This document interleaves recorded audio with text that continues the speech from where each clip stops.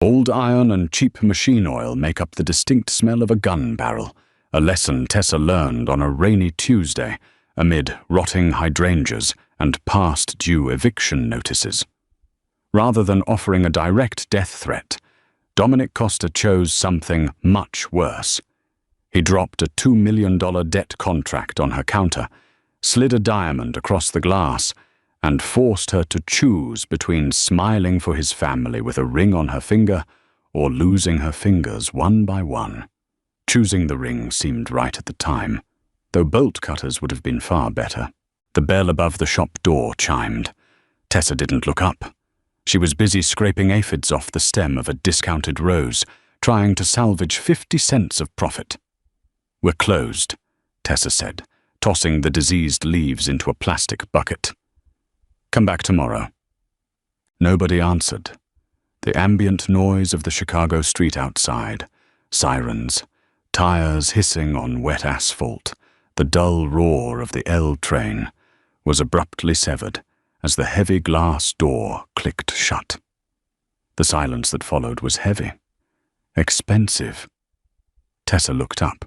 3 men stood in her shop. 2 were built like brick walls, wearing suits that fit poorly over broad shoulders and holstered weapons. The 3rd man stood in the center. He didn't look like a thug. He looked like an executive who had just finished a hostile takeover and was deciding whether to fire the staff or burn the building down. He wore a charcoal overcoat, unbuttoned, over a tailored suit. His hair was dark, trimmed neat. His eyes were the color of dirty ice. Dominic Costa. Tessa knew his face from the local news, though they usually called him a prominent real estate developer. The people in her neighborhood called him the Reaper. "Tessa Reed," he said. His voice was a low, resonant hum that vibrated against the glass display cases. "That's me." Tessa wiped her dirt-stained hands on her apron. Her heart hammered against her ribs, frantic and desperate, but she kept her face blank. Fear was blood in the water. "If you're here for a bouquet, you're out of luck. The carnations are dead, and the lilies smell like a funeral." Dominic didn't smile. He stepped forward, his leather shoes silent on the scuffed linoleum. He reached into his overcoat and pulled out a manila folder. He dropped it on the counter. It landed exactly on top of her final warning from the electric company. "I bought your debt from Frankie Russo," Dominic said. The air in her lungs turned to ash. Frankie Russo was a bottom feeder, a loan shark she had gone to in a moment of sheer, blinding desperation 3 years ago when her mother's hospital bills eclipsed her grip on reality. She had borrowed $50,000. With the exorbitant illegal interest rates, she now owed nearly $300,000. She had been paying it off in drips and drabs, just enough to keep Frankie's goons from breaking her kneecaps. "Why?" Tessa asked, her voice suddenly dry. "Frankie is small-time. Costa doesn't deal in pocket change." "Frankie is dead," Dominic stated, as casually as if he were discussing the weather. "He owed me. I seized his assets. You are an asset. I don't have the money." Tessa crossed her arms to hide the trembling in her hands. "You can burn the shop down. You can kill me. But you can't squeeze blood from a stone." Dominic stared at her. He didn't look angry. He looked profoundly, incurably tired. He reached out and touched the petal of a dying rose. "I don't want your money, Tessa," he said. "I need a fiancé. By tomorrow night." Tessa blinked. Once. Twice. "I'm sorry, what?" "My grandfather is stepping down as head of the family business. He is a traditionalist. He refuses to hand control of the syndicate to an unmarried man. He believes a man without a wife has nothing to lose, and a man with nothing to lose is a liability." Dominic pulled a small velvet box from his pocket and set it beside the folder. "The women in my circle are vipers. If I marry one of them, I marry her family's agendas, her father's greed, her brother's debts. I need a woman with no ties, no family, and no leverage. I need someone who can follow instructions, smile for the cameras, and disappear when the contract expires. And if I say no? Dominic gestured lazily to the 2 mountains of meat standing by the door. Then my associates collect the $300,000 you owe me. Today. I imagine they will start with your hands. Hard to arrange flowers with broken fingers. Tessa looked at the folder, then at the velvet box. Finally, she looked at Dominic. He wasn't bluffing. There was no malice in his eyes, only cold, hard pragmatism. To him, this was a spreadsheet.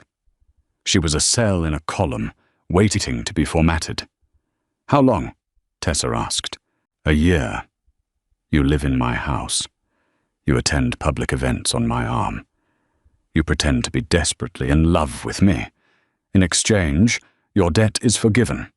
And when the year is up, you walk away with an additional $2 million. $2 million. It was a phantom number, a joke. But the men by the door were very real. Tessa reached out, her fingers trembling just slightly, and opened the velvet box. The diamond inside was obnoxiously large, catching the harsh fluorescent light of the shop. It looked heavy. It looked like a handcuff. She picked it up and slid it onto her left ring finger. It was a perfect fit. I charge double for overtime, she said. Dominic Costa finally smiled. It was a terrifying thing. Pack a bag, Tessa. We leave in 10 minutes. The Costa estate wasn't a house. It was a fortress masquerading as a modern architectural marvel.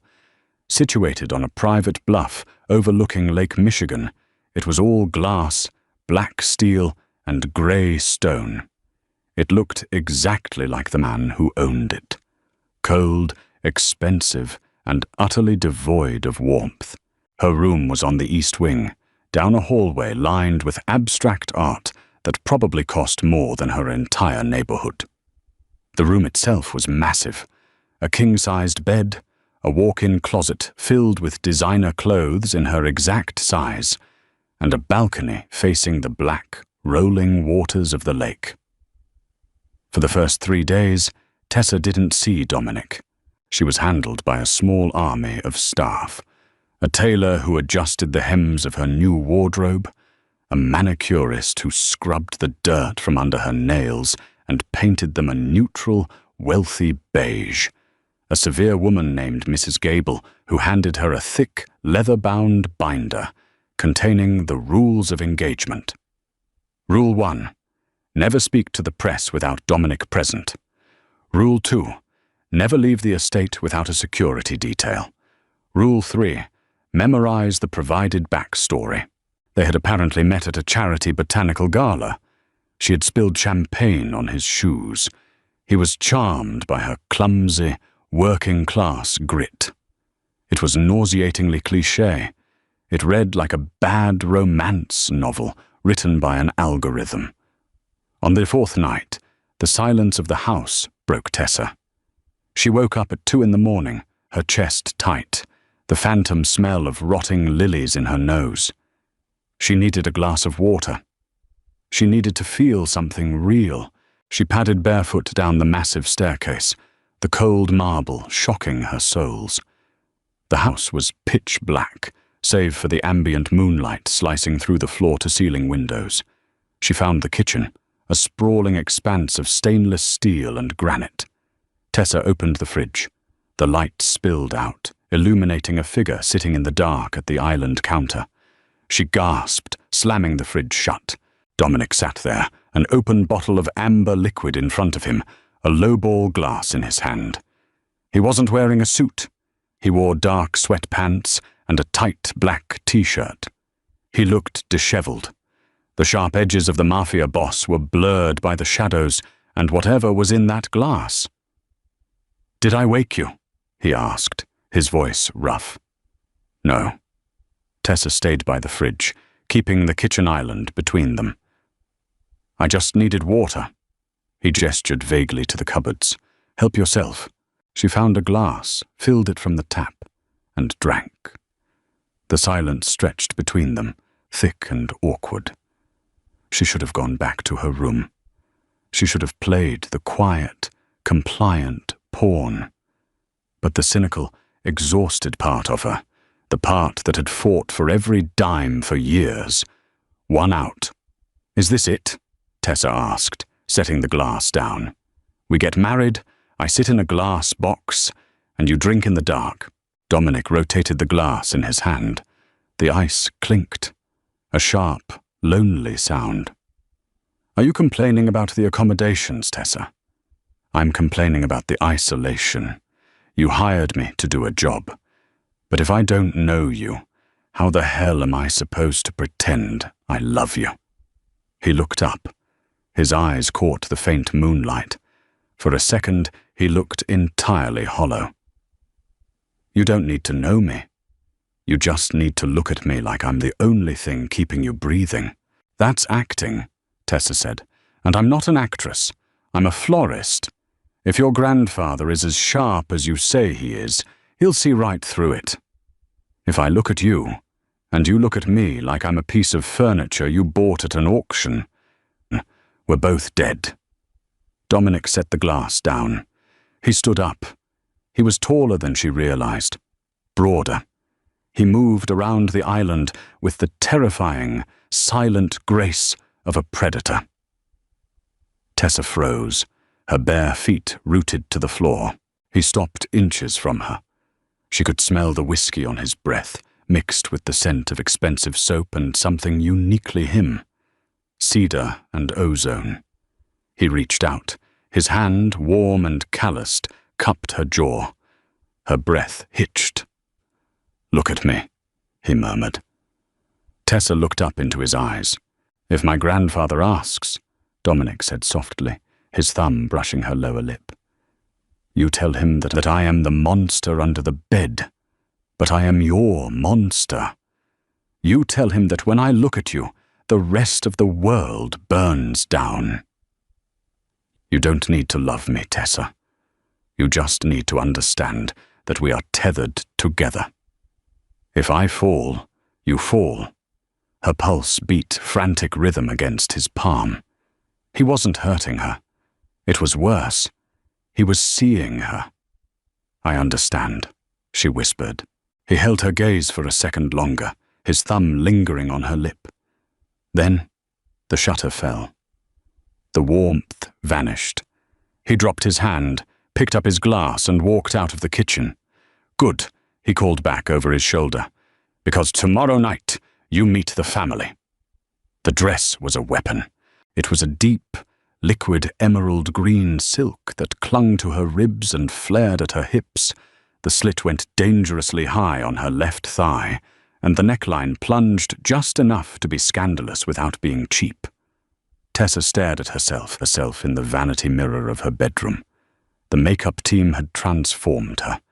The exhausted pale florist was gone. In her place was a siren, a creature built for dimly lit ballrooms and whispered threats. The door opened behind her. Dominic walked in. He wore a tuxedo, black, severe, impeccably tailored. He looked like James Bond. If James Bond had a body count he actually enjoyed. He stopped behind her, looking at their reflection in the mirror. His eyes swept over her, analytical, approving. "You look the part," he said. "A $2 million lie," Tessa replied, meeting his gaze in the glass. Dominic didn't argue. He reached into his jacket and pulled out a flat, black velvet box. "My grandfather is a man who values heritage above all else," Dominic said, stepping closer. The warmth of his chest radiated against her bare back. "He knows I could buy you diamonds the size of golf balls, but that would just prove you're a transaction. To sell this, we need history." He snapped the box open. Tessa's breath stopped in her throat. The room tilted, a sudden, violent vertigo gripping her. Nestled in the white satin was a necklace. It wasn't a standard piece of jewelry. It was an antique. A thick, oxidized silver chain held a massive, hexagonal-cut emerald. But it was the setting that made it unique. The silver was twisted into the shape of thorny vines, wrapping around the green stone like a cage. "This was my mother's," Dominic said, his voice quiet, almost reverent. "She wore it the night my father proposed to her.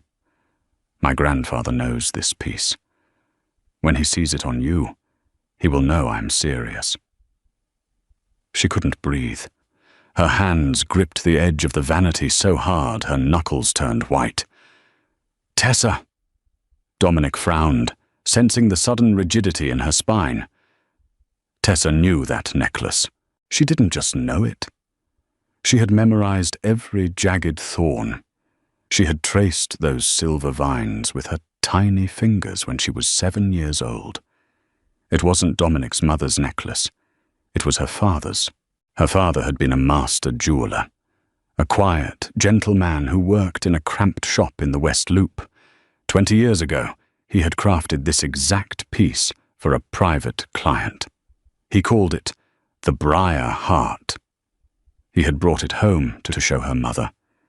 Tessa remembered the way the emerald caught the light of their cheap kitchen lamp.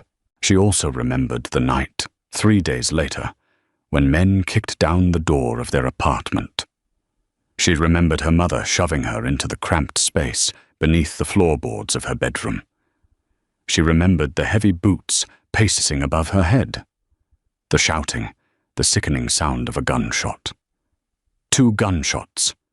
When the police finally pulled her out, her parents were dead.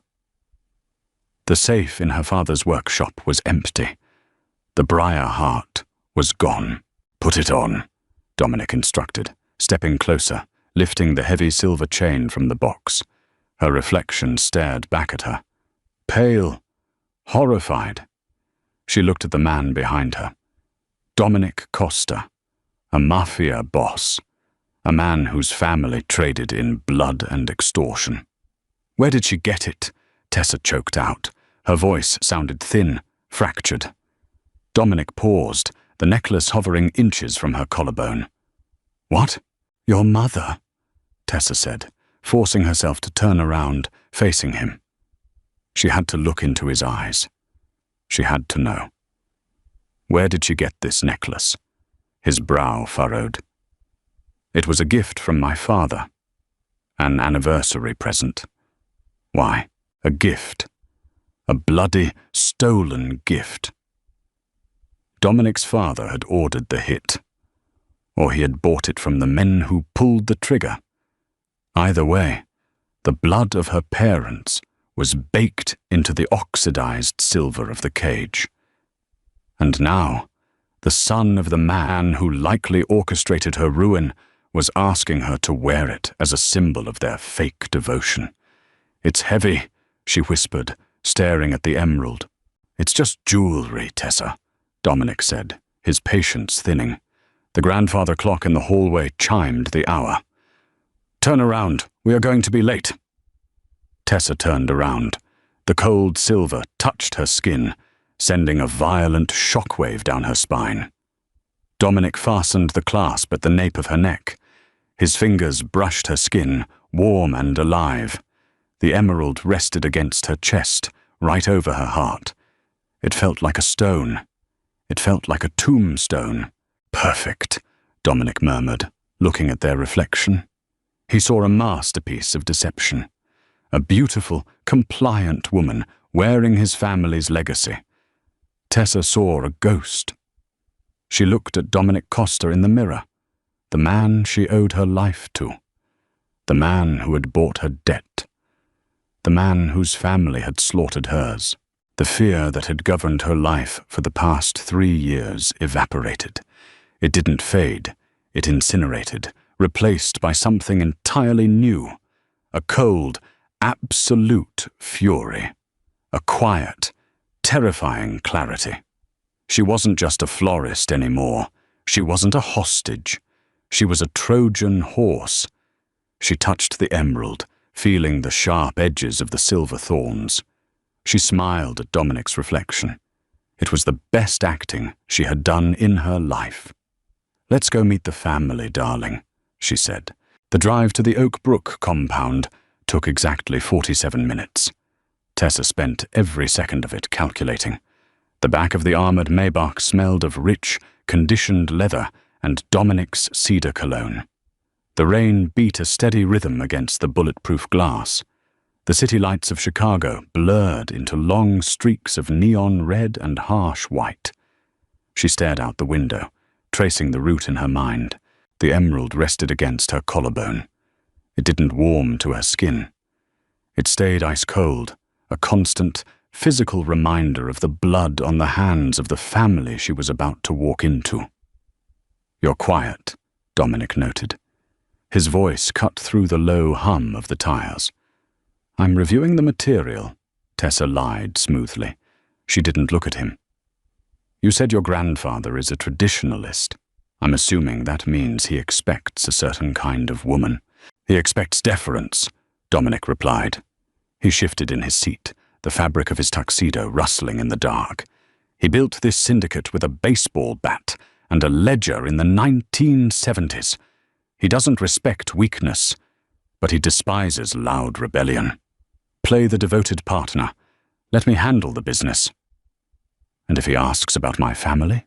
"We stick to the script. They passed away. You have no siblings. You built your business from the ground up." Dominic paused. "Keep it brief. Salvatore smells hesitation like a dog smells fear." The car slowed, turning off the main road onto a private, tree-lined avenue. Massive wrought-iron gates loomed in the headlights. They swung open seamlessly, revealing a sprawling, brutalist limestone mansion that looked more like a fortress than a home.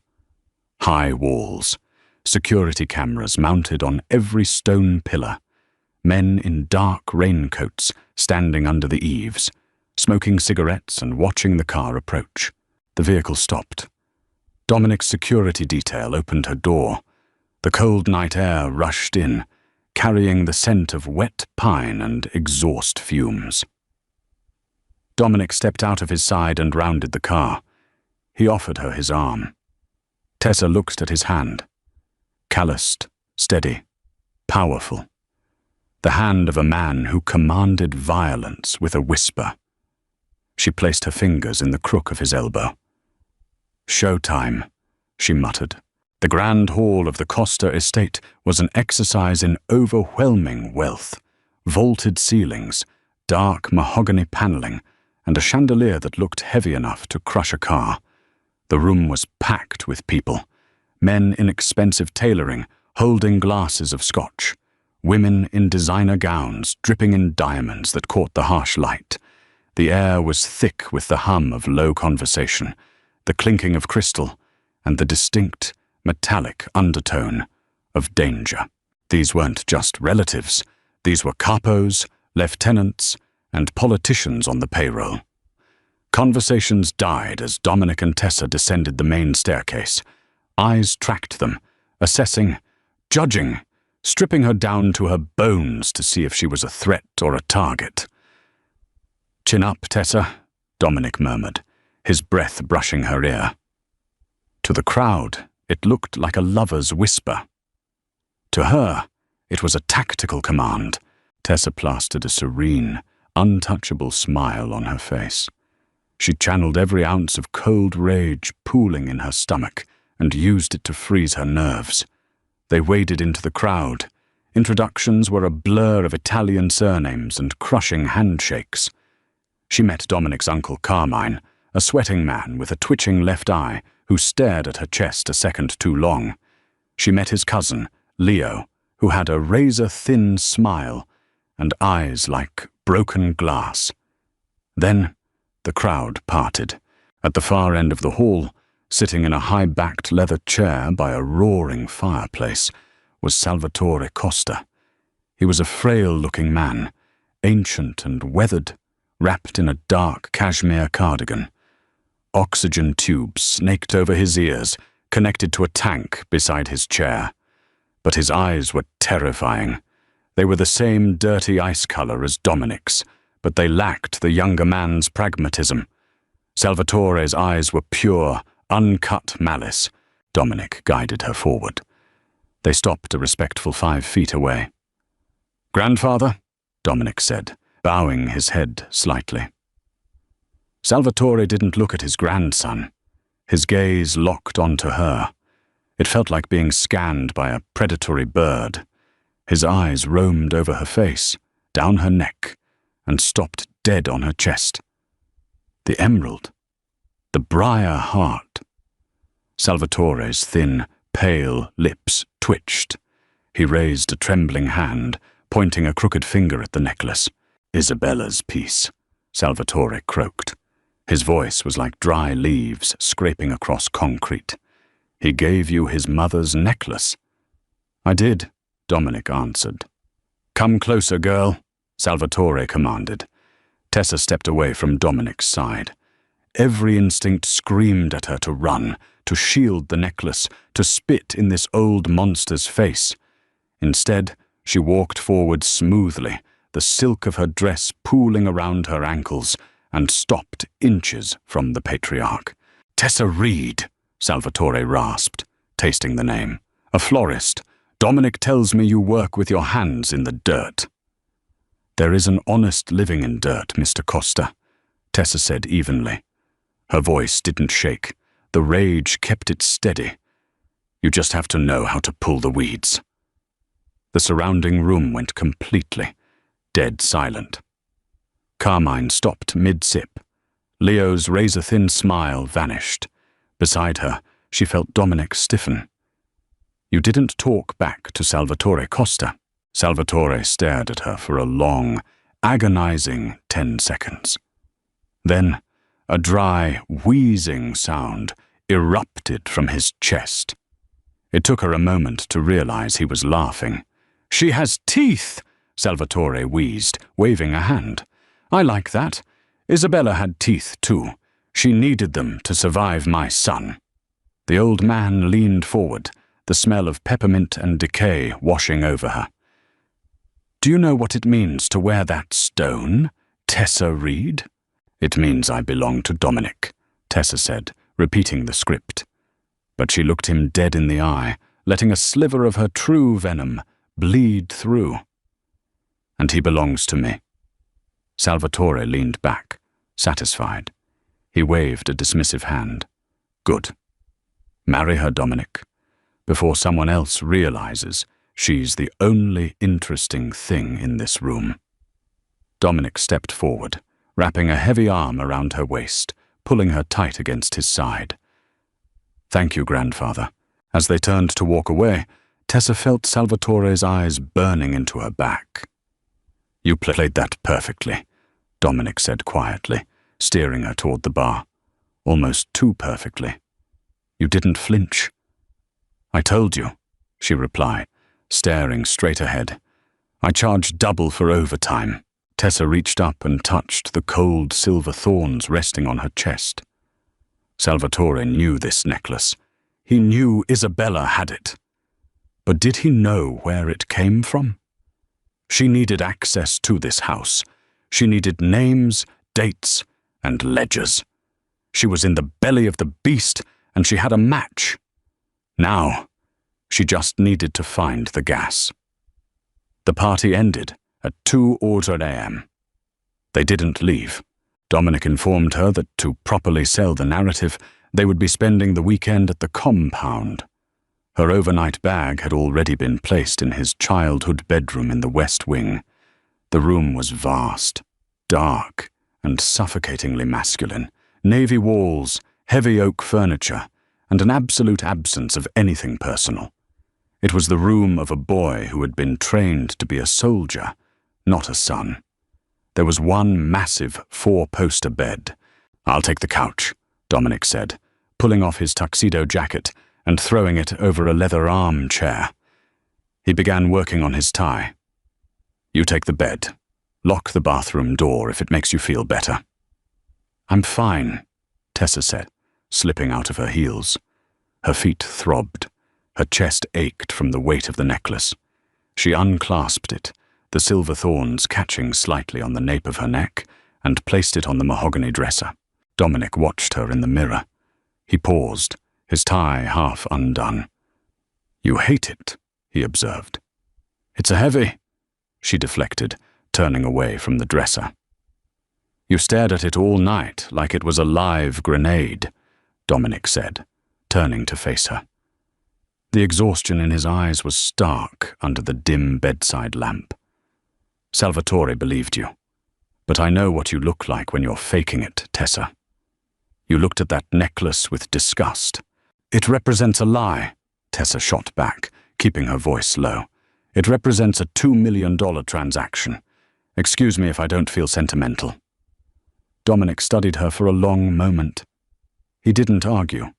He just nodded slowly, finished pulling off his tie, and walked into the adjoining bathroom.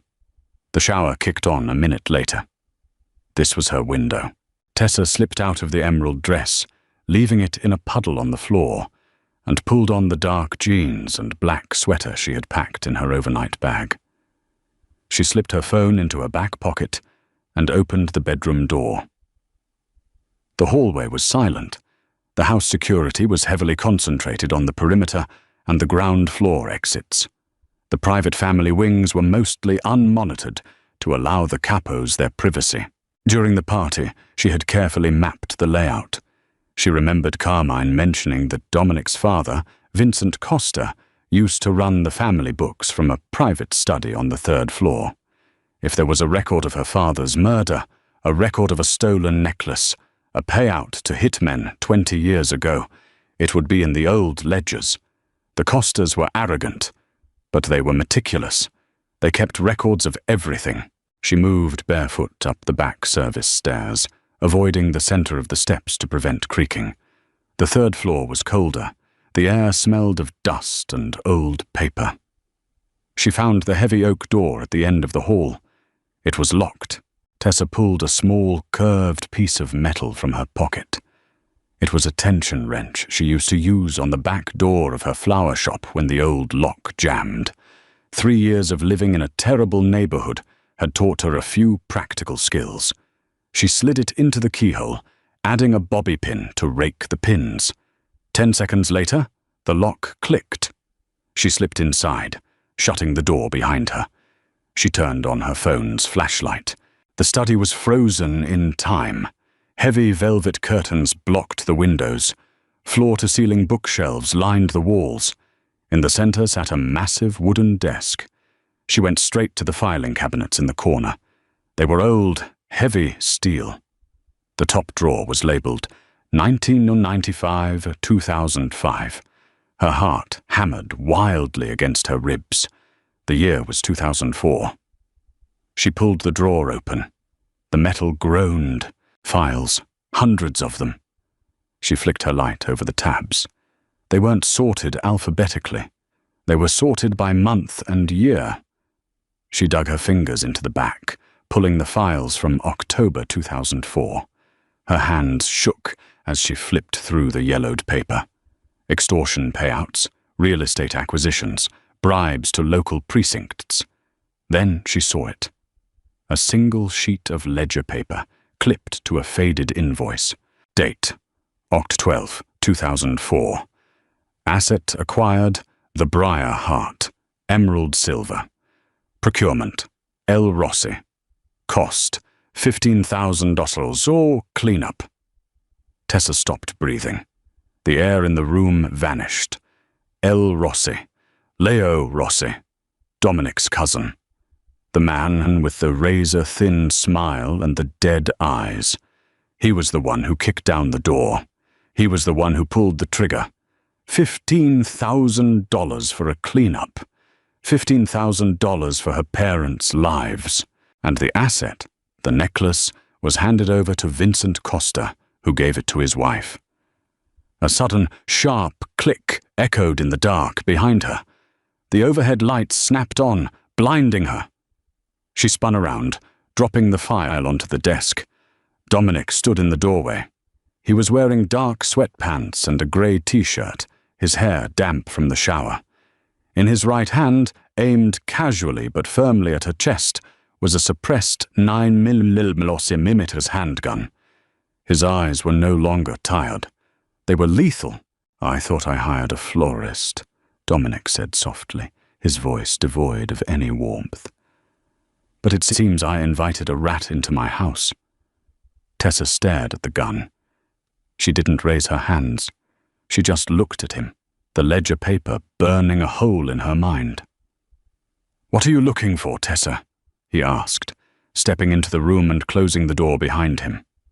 The click of the latch sounded like a cell slamming shut. "Insurance," Tessa lied, her voice remarkably steady. "You own me, Dominic.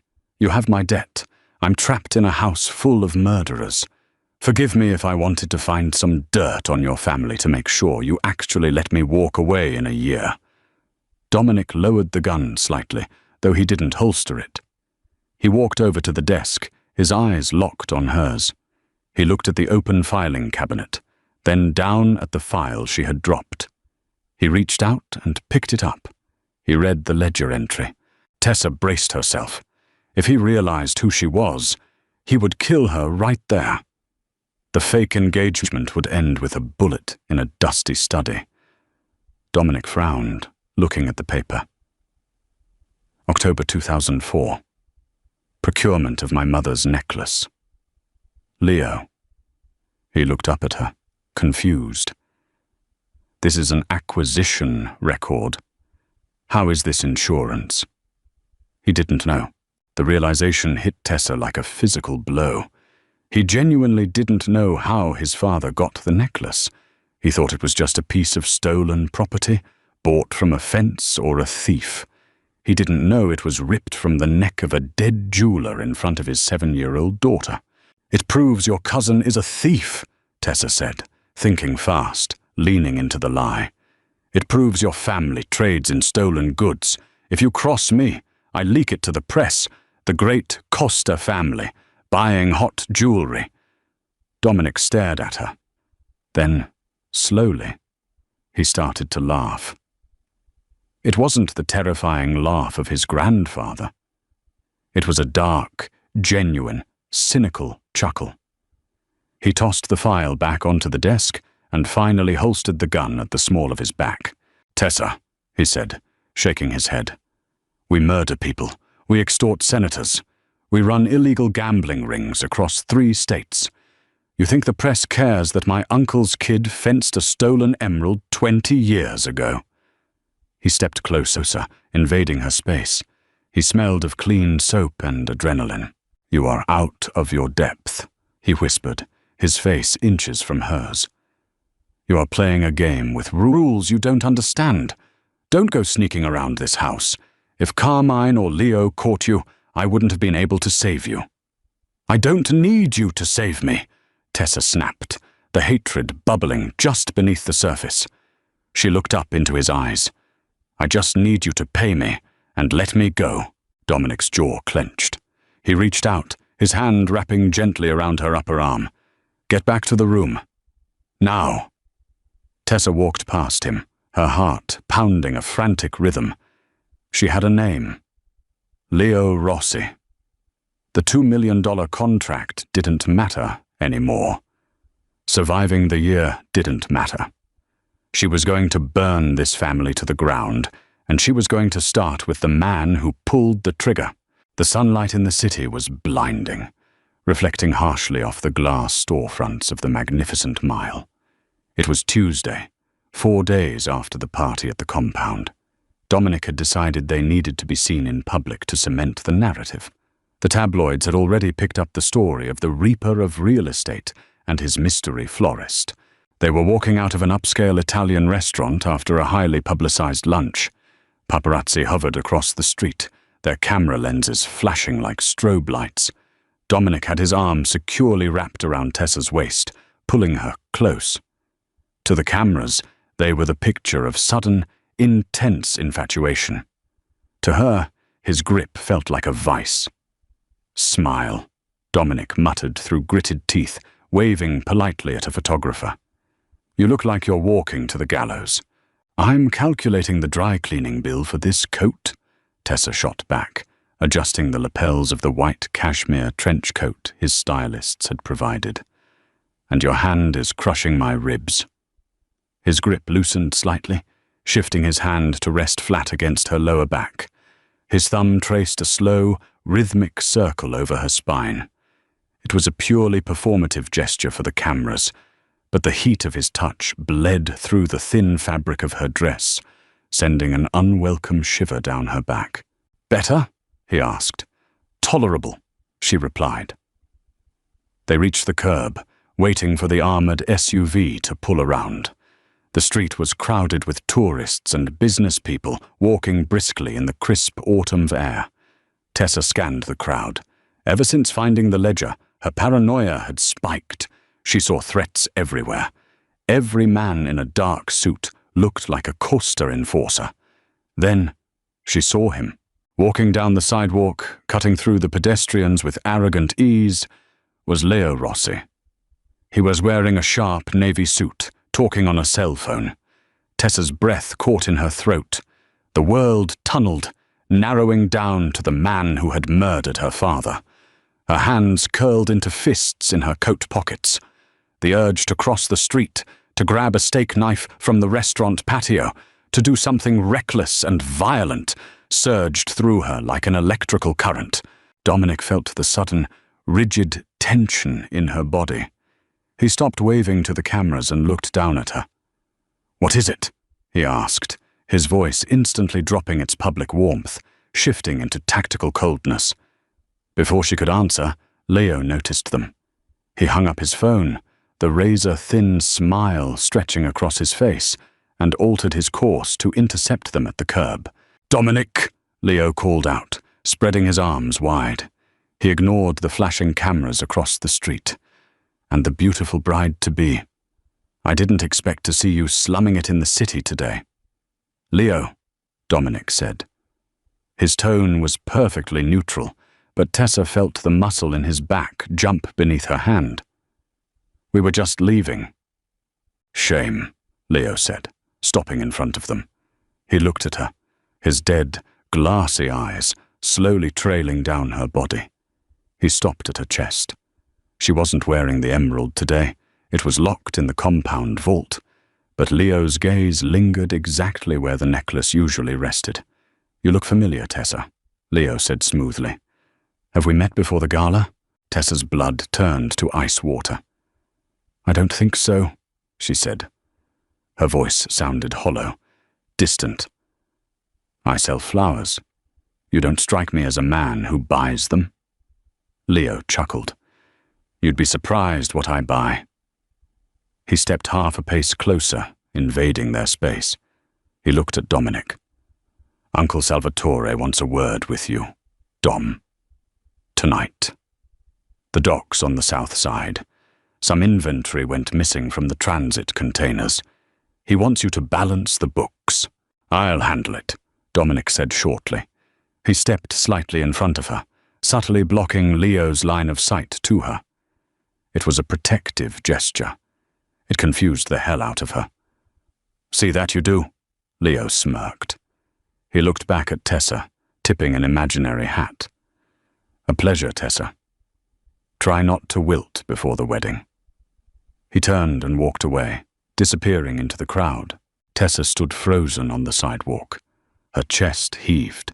She was standing next to Dominic, being protected by a man whose family she was planning to destroy, hiding from the man who destroyed hers. The hypocrisy and danger of it all threatened to crush her. The black SUV pulled up to the curb. Dominic opened the door, waiting for her to get in. When the doors closed and the tinted windows sealed them off from the street, Dominic turned to her. The facade was entirely gone. "What was that?" he demanded. "What was what?" Tessa kept her eyes on the leather partition, separating them from the driver. "You looked at Leo like you were going to gut him right there on Michigan Avenue," Dominic said, his voice dangerously low. "Your pulse is racing. Your hands are shaking." He reached over and grabbed her right hand, pulling it out of her coat pocket. He uncurled her fist. Her fingernails had dug into her palm so hard, they had drawn tiny crescent moons of blood. Dominic stared at the blood on her hand, his brow furrowing deeply. He looked up at her face. "He's just an arrogant prick," Tessa said, pulling her hand away. He makes my skin crawl. Leo makes everyone's skin crawl, Dominic said, watching her closely. He's a sociopath. He handles the wet work for my grandfather. But you looked at him with recognition. Why?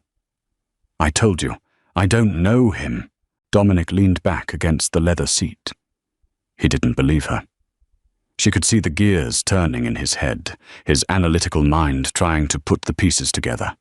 He was a predator, and he smelled a secret. Leo is dangerous, Tessa, Dominic said softly, his eyes locked on hers. He doesn't like that I am the heir. He thinks Salvatore is getting weak in his old age for letting me lead. If he finds a weakness in me, he will exploit it. If you have some kind of history with him, if you owe him money, if you know something you shouldn't, you need to tell me. Now. And if I did, Tessa challenged, her voice shaking just slightly. What would you do? Protect me? Dominic didn't hesitate. Yes, the sincerity in his voice hit Tessa harder than a threat would have. He meant it. This cold, calculating Mafia boss was fully committed to shielding his fake fiancée. Because she was an asset? Or because of something else? She looked at Dominic. She saw the man who drank alone in the dark. The man who hated his father's legacy but wore it anyway. If she told him the truth, if she told him Leo murdered her parents for a necklace, what would he do? Would he kill his own blood for a woman he bought? Or would he silence her to protect the family name? She couldn't risk it. She couldn't trust him. I don't know him, Tessa lied again, staring him dead in the eye. I just don't like the way he looks at me. Dominic stared at her for a long time. The silence in the car was deafening. Finally, he nodded slowly. Fine, Dominic said. He turned to look out the window. But stay away from him, Tessa. Leo doesn't play games. He breaks things. I know, Tessa thought, looking down at the faint traces of blood on her palm. And so do I. The clock on the mahogany nightstand read 11:42 p.m. The Costa compound was suffocatingly quiet. It was a silence that felt heavy, a held breath just before a plunge. Dominic had left 2 hours ago, trading his tailored suit for a tactical jacket and a holstered 9mm. The docks on the south side, Leo had said, outside the restaurant. Inventory went missing. Salvatore wants you to balance the books. It was a trap. Tessa didn't know the intricacies of Mafia smuggling routes or syndicate politics, but she knew the razor-thin smile of a predator holding a royal flush. If Leo killed Dominic tonight, her $2 million shield evaporated. More importantly, her only bridge to the man who murdered her father would be gone, buried under syndicate red tape. She dressed in black jeans and a dark hoodie, grabbing the tension wrench from her duffel bag. The exterior guards were busy looking outward for threats, completely ignoring the ones already inside the gates. She slipped out through the servants' kitchen, bypassed the electronic lock on the eastern delivery gate with her makeshift tools, and walked a freezing mile before she found enough cell service to call a cab. The Southside shipping yard smelled of dead water, rusted iron, and diesel fuel. A heavy, freezing mist had rolled in off Lake Michigan, turning the labyrinth of stacked shipping containers into a ghost town. Tessa paid the cab driver in cash. He sped off immediately, his tires spinning on the wet asphalt, eager to leave the desolate industrial zone. She navigated the narrow gaps between the corrugated steel walls, guided by the sickly orange glow of high-mast sodium lamps and the low, throbbing hum of an idling engine. She found them near the water's edge. Dominic stood beside a black SUV. He had 3 men with him, heavy rifles slung over their shoulders. Across a puddle-pitted stretch of concrete stood Leo. He only had 2 men. That was the tell. Leo wouldn't walk into a confrontation with the syndicate heir underarmed unless the outcome was already bought and paid for. Tessa crouched behind a rusted loading crane, her heart hammering a frantic, bruising rhythm against her ribs. "The manifest says 3 crates of weapons from Marseille." Dominic's voice carried easily over the sound of the lapping water. "Detroit received 2. You oversaw the transit, Leo." "Where is the 3rd crate?" Leo leaned casually against a shipping container and flicked open a silver lighter. "Transit is messy, Dom. Things fall off the truck. $300,000 in unregistered firearms don't dissolve in seawater." Dominic took a step forward. "Salvatore doesn't tolerate skimming. I don't tolerate being lied to." Leo lit a cigarette, the cherry glowing bright red in the fog. "Salvatore belongs in a museum, right next to his oxygen tank. And you? You want to build condos. You want to cut ties with the streets. The streets don't like being cut." "Is that a confession?"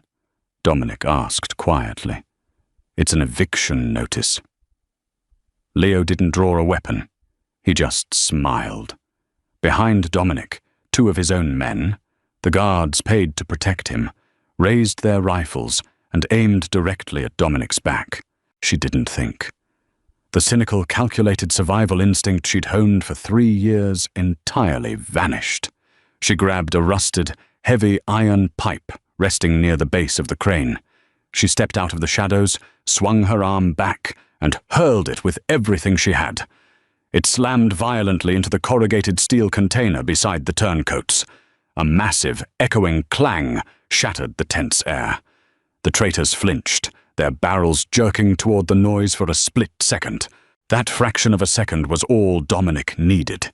He moved with explosive, terrifying speed. He spun, drawing his weapon and firing twice before the first traitor could re-aim. The man dropped. The second traitor squeezed the trigger, spraying blind automatic fire across the asphalt. But Dominic was already closing the distance. He put a bullet into the man's knee, then his chest. Leo's remaining men drew their weapons. The docks erupted into a deafening roar of gunfire. Tessa flattened herself behind the crane, pressing her hands over her ears as bullets pulverized the concrete around her. The air grew thick with the acrid stench of cordite. It lasted 30 seconds. Then only the sound of water slapping the pylons remained. She peered around the rusted metal. The traitors were dead. Leo was gone, vanished into the freezing mist. Dominic leaned heavily against the shot-up SUV. His gun was still raised, sweeping the shadows. He reached his left hand up to his right shoulder. It came away slick with dark, shining blood. "Who's there?" he barked, his voice ragged with pain. Tessa stepped into the orange light. Her hands were empty. She was trembling so violently her teeth clicked together. Dominic froze. The lethal focus in his eyes shattered, replaced by absolute, blinding fury. "Tessa," he breathed, stumbling a step toward her before righting himself. He crossed the distance and grabbed her arms, his grip bruising. "What the fuck are you doing here?" "Saving your life," she choked out. "You're a civilian.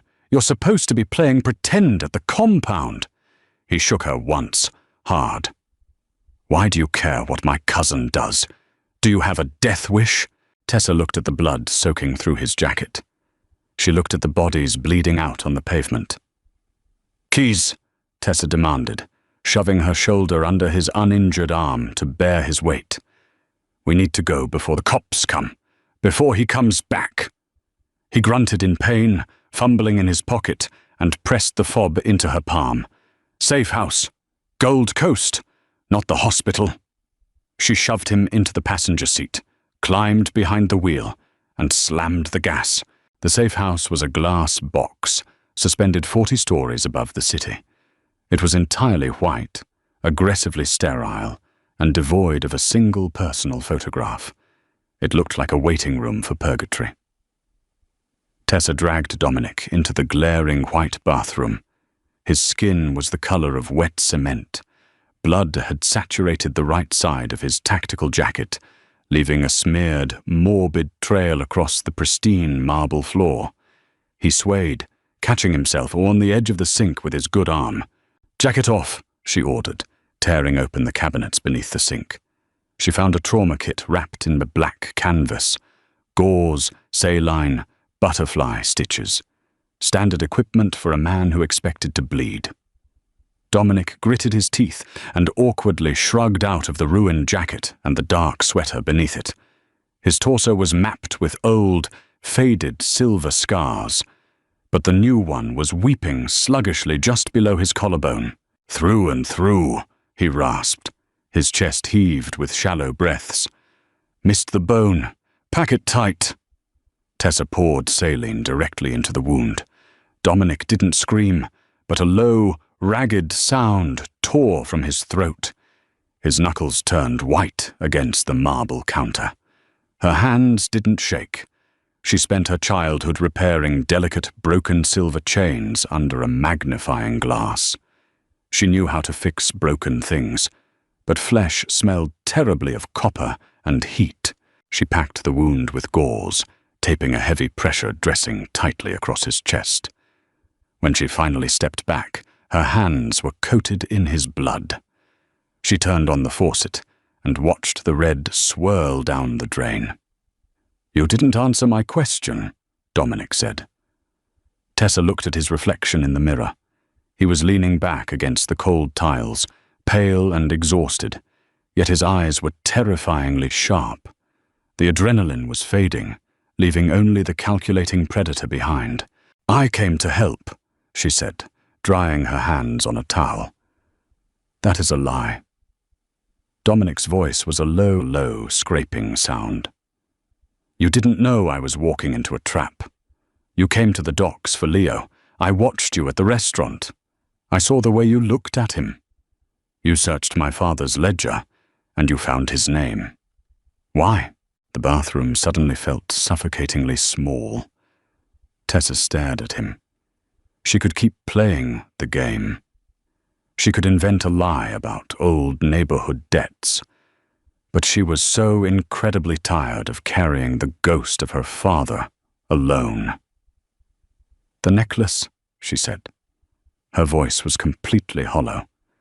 Dominic frowned, a crease forming between his brows. "My mother's necklace. What does that have to do with this?" "It's not your mother's." Tessa crossed her arms, digging her fingernails into her sleeves. "Father was a jeweler. He made it in October 2004. He called it the Briar Heart. He brought it home to our apartment in the West Loop to show us before he delivered it." Dominic went perfectly still. 3 days later, she continued, staring at a spot on the white floor. "Men kicked down our front door. I was 7. My mother shoved me into the crawl space beneath my bedroom floorboards. I heard them demanding the combination to the safe. I heard my father refuse, and then I heard 2 gunshots. The silence in the penthouse was absolute, broken only by the distant wail of a siren on the street far below. When the police pulled me out," Tessa said, looking up to meet his eyes, "the safe was empty. The Briar Heart was gone." Dominic stared at her. He stopped breathing. "I found the invoice in your father's study," Tessa said. The sorrow was gone, replaced by a cold, searing clarity. October 2004. Asset procured. Leo Rossi. $15,000 for a cleanup. Your cousin murdered my parents, Dominic. Your father bought the bloody prize and handed it to his wife. Dominic looked physically struck. He looked down at his own hands, then back at her. The ruthless Mafia boss evaporated, leaving behind a man who suddenly realized he was drowning. "You knew," he whispered, his voice cracking. "When I put it on you, you recognized it." "I memorized every silver thorn 20 years ago," she said. "And you smiled." Dominic's eyes widened in horror. "You walked into my grandfather's house, wearing the spoils of your murdered family. And you smiled for me. You told me to look at you like you were the only thing keeping me breathing, Tessa replied bitterly. You didn't realize I was looking at you like my only ticket to a $2 million revenge. He closed his eyes, tilting his head back against the wall. A dry, cynical laugh escaped him. I thought I bought a compliant pawn. I invited an assassin into my bed. It doesn't matter, she said, her voice hardening. You're still a Costa. Leo is still breathing. Dominic opened his eyes. The ice was completely gone, replaced by something far more dangerous. Resolve. He pushed himself off the wall, wincing as the muscles in his chest pulled. He reached to the small of his back and unholstered his 9mm. He racked the slide, checking the chamber, and held it out to her, grip first. Tessa stared at the heavy black metal. My family is a disease, Dominic said quietly. Leo went against the blood tonight. He tried to kill me. She slowly reached out and took the weapon. It was heavy, reeking of oil and spent gunpowder. He is mine. He is ours, Dominic corrected. He reached out with his good hand, his thumb gently brushing a streak of his own blood off her cheek. Tomorrow we walk into my grandfather's house, and we burn it down from the inside. You wanted a monster, Tessa. Now you have one. The call came at 8 a.m. Dominic's burner phone buzzed on the kitchen island of the safe house. They hadn't slept. Tessa had spent the night watching the city lights, the heavy 9mm sitting on her lap. Dominic had spent the night pacing, ignoring the pain in his shoulder, making quiet, calculated phone calls to couples he knew he could trust. He answered the phone on the second ring. He listened for 30 seconds, said, "We'll be there," and hung up. "Salvatore," Dominic said, looking at her across the granite counter. "He wants us at the compound. Immediate family only. Leo is already there." Tessa stood up. She was wearing the same dark jeans and sweater from last night, though she had washed the grime off her face. He told Salvatore his version of the docs. He told Salvatore that I've gone rogue, Dominic corrected, that I'm trying to purge the old guard. And he's going to demand my head. "What's the play?" she asked. Dominic walked into the bedroom and emerged a minute later, wearing a fresh black suit. It hid the bulky bandages on his shoulder perfectly. He looked like the Reaper again, untouchable. "The play," Dominic said, "is that we tell the truth about the docs and about the necklace." Tessa froze. "If you tell Salvatore who I am, he will kill me on principle. I'm a loose end, a liability. Salvatore values one thing above all else, strength," Dominic said, walking toward the door. "Leo is a rabid dog. He's bad for business. If I prove that Leo compromised the family 20 years ago by executing a civilian for a piece of jewelry and then tried to assassinate the heir to cover his tracks, Salvatore will have to choose between a messy, violent liability and the grandson who can actually run the empire. It's a gamble," she said, following him to the elevator. "Everything is a gamble, Tessa." Dominic pressed the button. "But today, we hold the dealer hostage." The drive to the Oakbrook compound was a silent, tense funeral march. The iron gates opened. The security detail was doubled. The men in dark coats didn't look relaxed. Their hands rested near their lapels, eyes scanning the car as they pulled up. They walked into the grand hall. It was empty of the partygoers from the weekend. The massive chandelier was unlit. The only light came from the bleak, grey morning sun filtering through the high windows. At the far end of the room, sitting by the unlit fireplace, was Salvatore Costa. His oxygen tank hissed rhythmically. Standing beside his chair, looking perfectly composed in a sharp grey suit, was Leo Rossi. When Leo saw Dominic walk in, alive and wearing a suit that didn't show a drop of blood. His razor-thin smile faltered for a fraction of a second, but he recovered instantly. "Dominic!" Salvatore rasped. The old man looked worse than he had at the party. His skin was the color of old parchment. "Leo tells me you had a disagreement at the docks last night. He tells me you fired on your own men." Dominic didn't stop until they were 10 feet away. He kept her slightly behind him, shielding her. "Leo set an ambush, grandfather," Dominic said, his voice echoing in the cavernous room.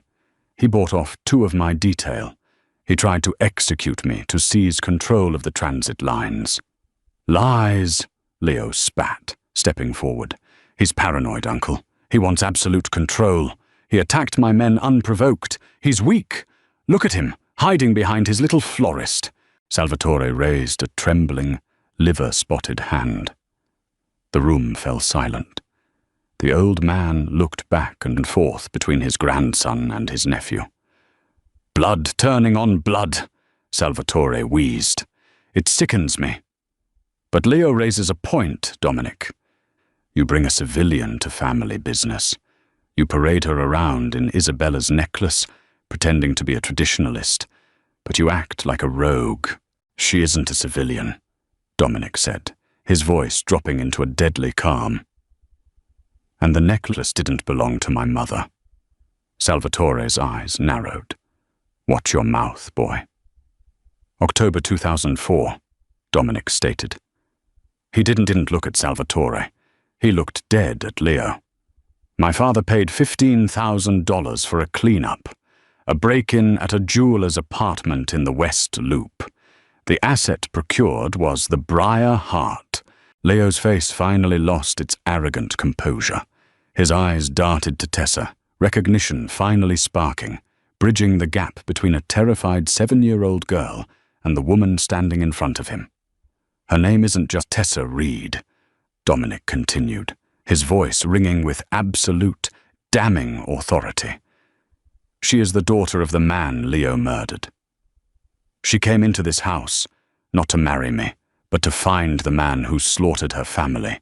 Salvatore gripped the arms of his leather chair. He looked at Tessa, really looked at her, seeing the vengeance baked into her bones. "You brought a rat into my house?" Salvatore hissed at Dominic. "You brought an assassin?" "I brought accountability," Dominic fired back. "Leo didn't do it for the family. He did it for a paycheck. He's a thief who tried to cover his tracks by killing me. He is a liability, grandfather, and under the laws you wrote, a liability must be excised." Leo panicked. The composure shattered. He realized Dominic had outplayed him. He reached inside his jacket for his weapon. "Uncle, he's lying. She's a plant. She's here to kill us all," Leo shouted, drawing his gun. But Tessa was faster. The 9mm Dominic had given her was already in her hand, pulled from the small of her back in one fluid, practiced motion. She didn't hesitate.